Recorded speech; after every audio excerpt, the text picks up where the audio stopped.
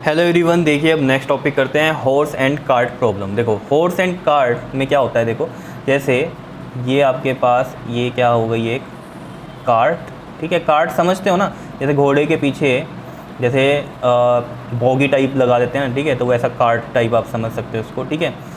तो इसमें ये कार्ट हो गया, ठीक है। इसके कार्ट के लिए हम ये इसमें पहिए बना देते हैं इस तरीके से, ठीक।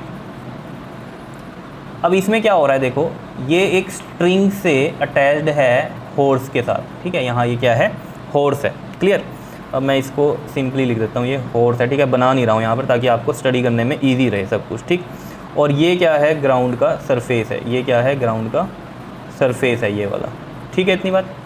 अब देखो इसमें हो क्या रहा है, यहाँ जो हॉर्स है इसका वेट नीचे लग रहा होगा इधर, ठीक है, डाउनवर्ड में एक्ट करता है वेट, ठीक है, जिसको मैं लिख लेता हूँ यहाँ W1। क्या एक्ट कर दिया ये हमने, W1, ठीक है। और इसकी अपोजिट रिएक्शन भी होगा, इसका मतलब उसको हमने क्या बोल दिया, R1, ठीक है। सेम यहाँ कार्ट के साथ होगा, कार्ट का भी डाउनवर्ड वेट होगा एक्ट, ये W2 से लिख दिया हमने, और इसका अपोजिट रिएक्शन भी होगा, वो क्या कर दिया हमने, R2 कर दिया, ठीक है। ऑब्वियस सी बात है ये बैलेंस करेगा, ये W2 इस R2, ये R2 और W2 क्या होंगे, बैलेंस होंगे आपस में, ठीक। अब देखो इसमें बात को समझो, ये जो हॉर्स है अभी यहाँ पर, ठीक है, ये इसके ऊपर एक टेंशन लगा रहा होगा, ठीक है, जो कि इस तरीके से होगी आपके पास टेंशन, इसके लिए किस तरफ होगी, इस तरफ, ठीक है। और इस हॉर्स के लिए अपोजिट में ये कार्ट भी टेंशन लगा रहा होगा, यानी कि एक फोर्स लगा रहा होगा अपनी साइड, ठीक है। तो ये एक T फोर्स हो गई जो कि लग रही है इस डायरेक्शन में, और एक T फोर्स हो गई जो कि लग रही है इस डायरेक्शन में, ये भी आपस में बैलेंस ही होंगी, ठीक है। अब देखो इस चीज़ को समझो ज़रा, ये जो T ये हॉर्स लगा रहा है कार्ट के ऊपर, तो इस डायरेक्शन में हो गई, ठीक है। और कार्ट भी हॉर्स के ऊपर लगा रहा है इस डायरेक्शन में, समझ रहे हो इतनी बात, ठीक है। तो यानी कि ये क्या है, आपस में बैलेंस हो गया। बैलेंस की बात कैसे समझेंगे इसको, आप कहोगे फिर ये चलेगा कैसे अगर यहाँ पर ये बैलेंस हो गया स्ट्रिंग में जो ये फोर्सेस लगी हुई हैं। तो इस चीज़ को समझो, देखो ज़रा, अभी क्या है, नॉर्मली जैसे मान लो यहाँ इस पॉइंट पे क्या है, हॉर्स है, और इस पॉइंट पे क्या है, ये कार्ट लगी हुई है, ठीक है। ये स्ट्रिंग है बीच का, ठीक। अभी जहाँ से ये बैंड हो रहा है ना, ठीक है, इस पॉइंट को देखना, इस पॉइंट से एक अगर हम बात करें इसके सेंटर पे यहाँ पर, ठीक है, तो यहाँ पर क्या हो रही है, देखो एक फोर्स ये हॉर्स लगा रहा होगा इस कार्ट को, मतलब किस डायरेक्शन में हम बात करें, ये इस डायरेक्शन में अगर हम बात करें, ये चीज़ इस तरीके से, ये इस डायरेक्शन में हॉर्स लगा रहा है, ठीक है। और इस डायरेक्शन में कौन लगा रहा है, कार्ट लगा रहा है इस डायरेक्शन में अपोजिट में, समझ पा रहे हो, इस तरीके से ये हो रहा है। और ये इस तरीके से स्ट्रिंग ऐसे टाइटनड है इस तरीके से, ठीक है, स्ट्रेट है। अभी चल नहीं रहा घोड़ा, पहली बात बता दूं मैं आपको, अभी घोड़े ने सिर्फ पुल किया हुआ है कार्ट को, तो जितना ये पुल कर रहा है उतना ही कार्ट भी पुल कर रहा है, तो ये ऐसे टाइट हो जाएगी चीज़ या नहीं, जितना इधर से खींचोगे इतना ही ये खींचेगा, ये चीज़ ऐसे हो रही है, ठीक है। अभी हॉर्स चल नहीं रहा है लेकिन, ठीक। अब देखो जरा, लेकिन पुल जरूर कर रहा था, पुल कर रहा है लेकिन इतनी फोर्स नहीं लगा रहा कि वो चल पड़े, ठीक। अब क्या हुआ, हॉर्स ने अपने फीट से क्या किया, प्रेस किया ग्राउंड को, किस डायरेक्शन में, इस डायरेक्शन में फोर्स लगाई, ठीक है, दैट इज F फोर्स। कितने एंगल पे, थीटा एंगल पे, ठीक है, ग्राउंड से कितने एंगल पे, थीटा एंगल पे, ठीक। तो अपोजिट में ग्राउंड भी उसको अपोजिट डायरेक्शन में क्या लगाएगा, फोर्स लगाएगा, जिसको हम क्या बोलते हैं, रिएक्शन R। क्लियर है इतनी बात। और ये भी कितना होगा आपके पास, ये एंगल भी कितना होगा, थीटा होगा, बिकॉज ये दो पैरेलल लाइंस हैं, और ये क्या है, इनकी इंटरसेक्टिंग लाइन, ठीक है, ट्रांसवर्सल जिसे बोलते हैं। तो ये एंगल थीटा, तो ये भी थीटा, देखो जैसे ऐसे करते थे हम, ये दो पैरेलल लाइंस हैं, ये ट्रांसवर्सल है, तो ये थीटा एंगल, ये भी थीटा एंगल, क्यों, कॉरस्पॉन्डिंग एंगल्स। कौन से होते हैं, कॉरस्पॉन्डिंग एंगल्स होते हैं। ये चीज़ समझ में आया, ये थीटा कैसे आया यहाँ पर, ठीक है। अब इस चीज़ को समझना ज़रा, मैंने कहा आपको ये W1 ये W2 R2 के साथ बैलेंस हो रहा है। अब ये W1 किसके साथ बैलेंस होगा, देखो W1 किसके साथ बैलेंस होगा, देखो अब ये R है अगर, ठीक है, तो ये हमारे पास एंगल पे दिया हुआ है, तो ऑब्वियस बात है ये एंगल है अगर इसका, तो यहाँ पर ये क्या बनेगा आपके पास, R cos theta horizontal component, और ये क्या बनेगा आपके पास, R sin theta vertical component. आपको पता है रेजोल्यूशन ऑफ वेक्टर्स हम कैसे करते हैं, ठीक है ना। तो ये हॉरिजॉन्टल कंपोनेंट तो H से लिख देता हूँ, ये वर्टिकल कंपोनेंट है तो इससे लिख देते हैं। क्लियर है इतनी बात, ये चीज़ समझ में आई, क्लियर है। तो अब ये W1 बैलेंस किससे हो रहा है, एक तो R1 से, साथ में R sin थीटा से भी, दोनों से मिलके हो रहा है, V जिसको हम बोल सकते हैं, ठीक है। तो यानी कि ये बैलेंस हो गया वेट 1 से, ये वाला इसका वर्टिकल कंपोनेंट, और ये R1 रिएक्शन से हो गया, ठीक है।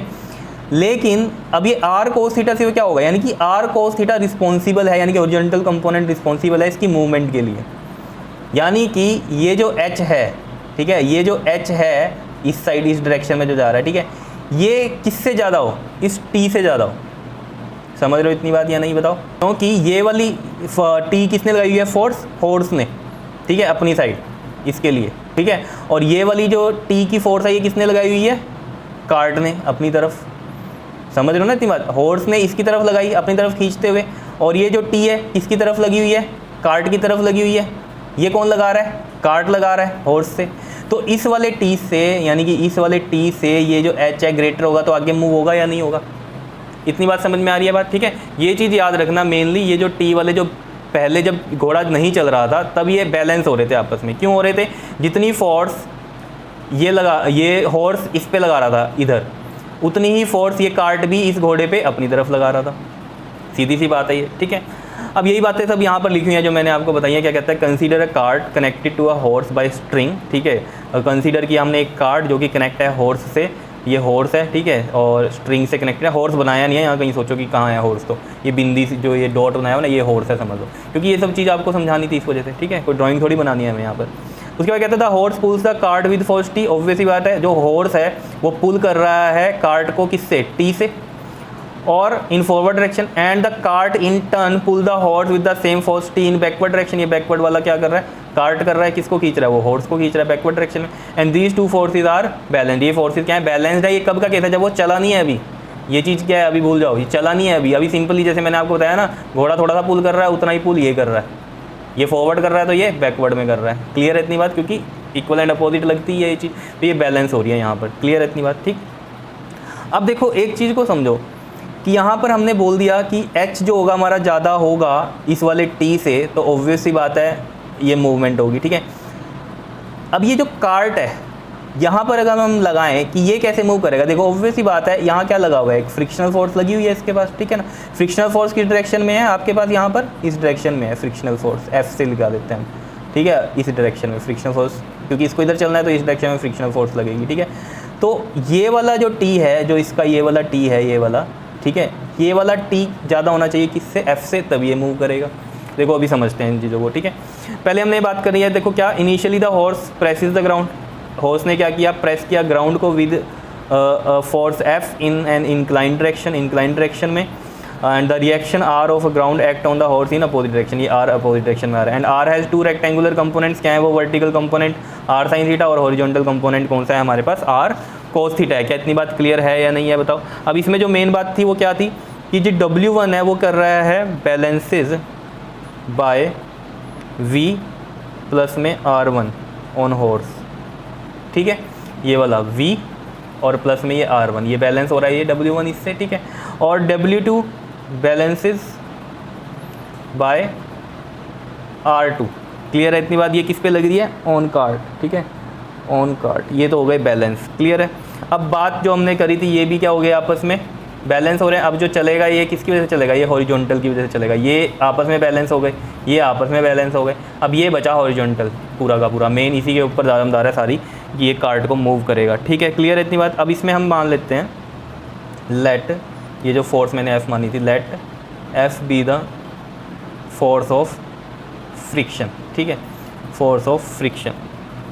अब देखो यहाँ हम बात करते हैं नेट फोर्स जब एक्ट करेगी हॉर्स पे, वो कब करेगी? जब ये मूवमेंट करना है इसको, ठीक है। तो यानी कि H ग्रेटर होना चाहिए किससे? T से। जो ये T इसको पीछे खींच रहा है, इस वाले T से ये वाला क्या होना चाहिए? H हमारा ज़्यादा होना चाहिए। तो देखो अब यहाँ पर net force acting on horse वो क्या हो जाएगी बताओ जल्दी से? H हॉरिजॉन्टल कंपोनेंट माइनस में ये वाला T, ठीक है, ये वाला T हो गया, ये वाला T, H माइनस T, और नेट फोर्स क्या होती है हमारे पास? F, और ये हम किससे निकाल लेंगे? F को हम इसमें किस तरीके से लिखें? ये वाली F नहीं है ये, ठीक है, ये वाली F नहीं है, ठीक है। तो मैं इसको सिंपली लिख देता हूँ। F आपको पता है क्या होता है? मास इनटू में एक्सेलरेशन। इसमें मास किसका है? ये हॉर्स का, और एक्सेलरेशन भी किसका है? हॉर्स का है। क्लियर है इतनी बात या नहीं बताओ? इसमें कोई परेशानी? क्लियर। अब इसमें एक चीज़ याद रखना, हॉर्स का मास m है और कार्ट का जो मास है वो कैपिटल M है, ठीक है। बताओ इसमें कोई दिक्कत? ठीक है, इसको मान लो आप फर्स्ट यहाँ से, ठीक। अब नेट फोर्स निकाल दो आप, net force acting on cart. अब कार्ट कब चलेगा जल्दी से बताओ? जब ये वाला T ज़्यादा होगा इस F से तभी मूव करेगा। तो यानी कि T ज़्यादा है, तो यानी कि T माइनस में फ्रिक्शनल फोर्स माइनस करेंगे और इसमें भी नेट फोर्स क्या आएगी हमारे पास, मास इंटू में एक्सेलरेशन। मास किसका है, ये कार्ट का है। क्लियर है इतनी बात, बताओ समझ में आ रही है बात। इसको मान लो आप सेकंड इक्वेशन, इनको ऐड कर दो जी। अब ऐड 1 और 2 तो देखो क्या होगा आपके पास, h minus T left hand side से ऐड कर देंगे, t minus F is equal to में ये वाला m a और प्लस में ये वाला m a, right hand side वाली चीज़ें ऐड कर दी। ठीक है, ये t से t कट हो गया आपके पास, ये बना h माइनस में f। और ये देखो कई बच्चों को होता है sir equal and opposite force जो होती है वो कैंसिल तो नहीं होती है, तो हम कैंसिल नहीं बोल रहे हैं यहाँ। ठीक है, प्रैक्टिकली ये इक्वल एंड अपोजिट है, ठीक है ना, लेकिन हम यहाँ की बात कर रहे हैं। यहाँ पर ये नॉर्मल एडिशन का खेल है, ठीक है ना, एडिशन सब्ट्रैक्शन वाला, उसमें ये कट हो रही है। तो ये h माइनस एफ हो गया, यहाँ से देखो a हम कॉमन लेंगे तो ये m प्लस में कैपिटल M आ जाएगा, और a की वैल्यू कितनी आ जाएगी यहाँ से, h माइनस में f, और ये है स्मॉल m और प्लस में कैपिटल M। तो ये एक्सेलरेशन है। अब यहाँ से क्या मतलब हुआ कि एक्सेलरेशन कब होगा, इसमें एक्सेलरेशन होगा तो मतलब क्या, ये मूव करेगी। कोई भी चीज़ मूव कब करती है, जब उसमें एक्सेलरेशन होगा। ठीक है, तो एक्सेलरेशन ही आया, लेकिन इसमें क्या होगा कि पॉजिटिव एक्सेलरेशन होगा तभी चलेगा ये, ठीक है ना, फॉरवर्ड डायरेक्शन में। तो वो कैसे हो सकता है कि जब ये वाला जो h है, कंडीशन क्या है, जब h क्या होगा, ग्रेटर देन f होगा। सीधी सी बात है, क्यों होगा कि h ग्रेटर देन f, बताओ।